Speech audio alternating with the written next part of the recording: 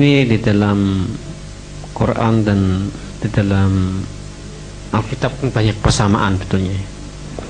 Meskipun di dalam Al-Quran itu juga hal-hal yang di dalam Islam Kristen itu Alkitab itu urut, tapi mereka kan loncat-loncat. Sebetulnya bagaimana cara mereka tuh bisa memahami bahwa apa yang dikatakan di dalam Quran itu harus mereka taati. Seperti di dalam Quran kan juga disebutkan tentang hakim yang adil, mereka harus percaya Injil dan sebagainya. Tapi mereka ini tidak pernah mengerti atau tidak pernah membaca. Terus bagaimana dengan cara sembahyangnya itu yang juga tidak disebut dalam Quran tapi di dalam hadis. Itu kok ya mau melaksanakan. Terus apakah juga ketiga, apakah surganya Islam dan Kristen itu memang sama? Terima kasih. Al-Quran dan Injil ya. Memang dalam Alkitab itu kronologis, jadi peristiwanya kronologis. Tapi dalam Al-Quran melompat-lompat ya. Karena apa? Karena dalam Islam itu pewahyuan itu tergantung konteksnya kepada Nabi Muhammad. Yang disebut surat Luqman misalnya, tidak semuanya isinya tentang Luqman.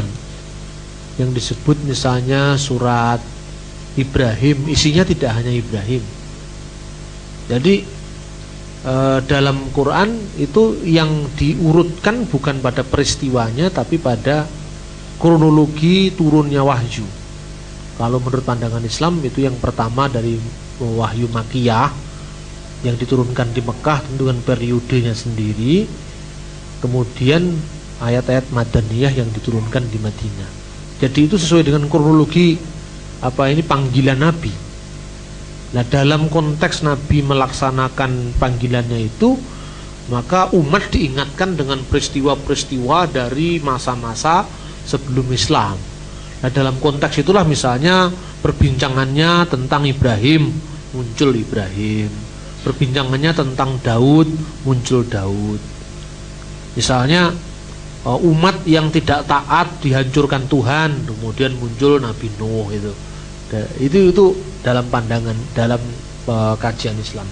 Kemudian kenapa kalau banyak kesamaan tapi toh tidak sama gitu, artinya misalnya dalam Islam ada juga Yesus disebut hakim yang adil, tapi itu dalam hadis bukan dalam Quran.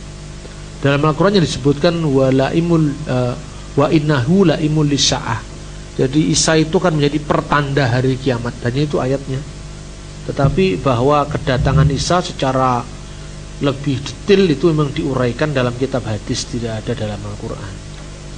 Tapi toh meskipun plotting kisahnya itu berawal dari satu peristiwa historis yang menunjuk kepada sosok yang sama, tapi makna atau pemaknaannya beda.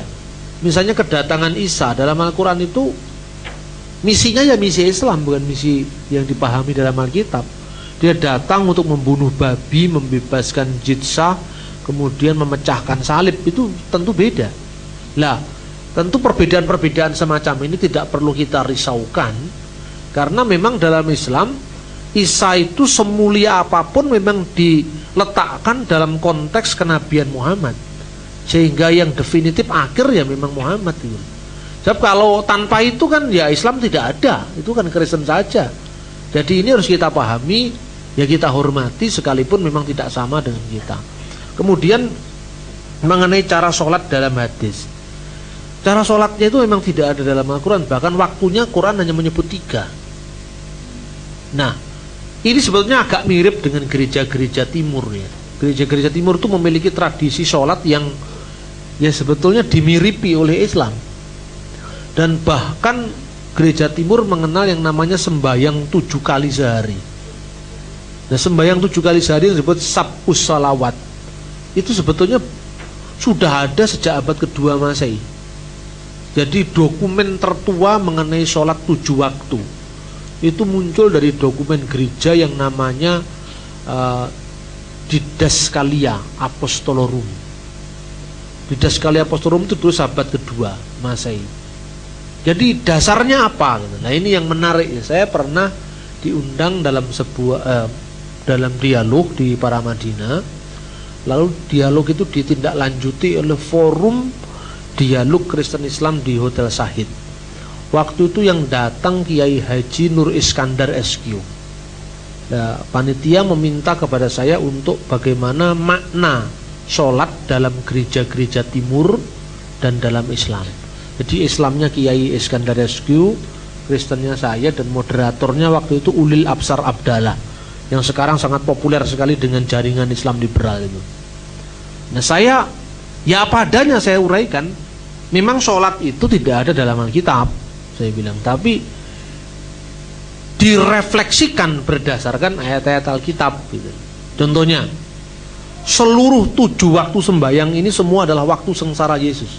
Via Dolorosa, Tarikul Alam. Itu dalam bahasa Ibrani namanya Saharit, sembahyang bangun tidur. Dalam bahasa Arab di Mesir dinamakan sholat bakir. Itu di gereja ortodok Koptik. Tapi di gereja ortodok Syria disebut sholat subuh. Di Islam juga sholat subuh sama. Itu untuk memperingati kebangkitan Yesus dari antara orang mati.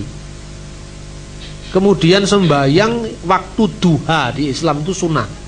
Kalau di Kristen namanya sembahyang jam ketiga. Itu kira-kira kalau waktu Indonesia jam 9 pagi. Itu didasarkan atas peristiwa turunnya Roh Kudus dalam Kisah Para Rasul pasal 2 ayat 15.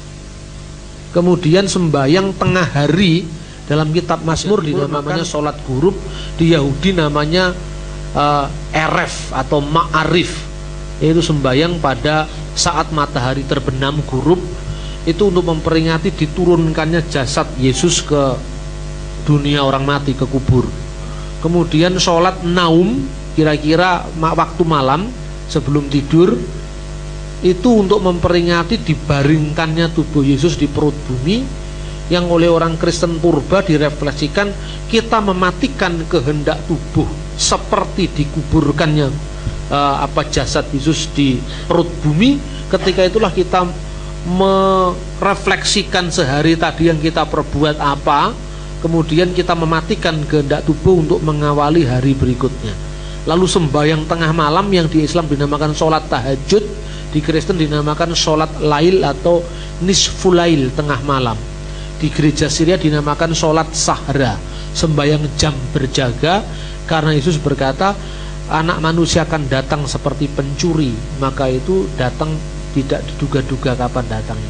Semua tradisi ini sebetulnya tradisi gereja timur yang kemudian diambil alih oleh Islam. Nah, apa bedanya gereja timur, gereja barat dengan Islam? Gereja timur itu ya memang lahir di peradaban timur, di kebudayaan timur. Jadi ibarat kebudayaan Timur Tengah itu piringnya, Yesus itu nasinya gitu loh. Jadi kalau gereja timur itu piring dan nasinya dipelihara. Kalau gereja barat piringnya dipermodern. Makanya kalau dulu di gereja cuma ada simbal, sekarang ada drum. Itu karena itu piringnya dipermodern, kan nggak apa-apa piringnya dimodernisir, tapi isinya tetap Yesus gitu. Kalau di Islam itu piringnya yang Timur Tengah tadi dipertahankan, nasinya diganti Nabi Muhammad itu. Jadi isinya ganti, tapi piringnya sama. Makanya dari sudut piring tadi kebudayaan antara gereja-gereja Arab yang ortodok itu dengan Islam itu mirip satu sama lain, tapi dari sudut pandang isi tidak sama. Lah gereja barat di sudut isinya sama, tapi piringnya tidak sama, kira-kira seperti itu. Makanya di Islam ada tilawat Injil, di Kristen ada mulahan, di Islam ada sholat, di Kristen ada sholat. Dan kalau Anda melihat tentang Mi'rajnya Nabi Muhammad itu kan dia tawar-menawar tentang jumlahnya rakaat dalam sembahyang. Dan dulunya dikasih 50, kemudian Nabi minta diskon atas usulnya Nabi Musa.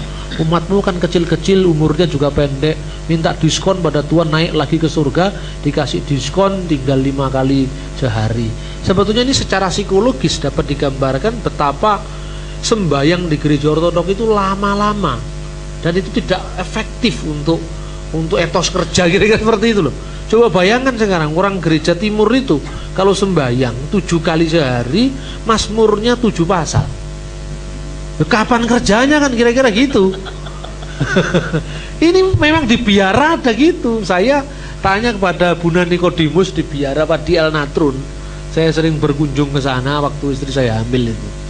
Jadi supaya anaknya diberkati di gereja, saya ajak dari biara ke biara, dari pendeta ke pendeta.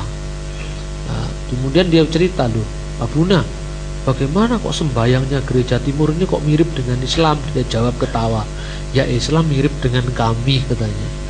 Kami sudah ada sebelumnya gitu. Tapi ini tidak perlu kita sampaikan kepada Islam seolah-olah itu penciptaan, tidak usah begitulah.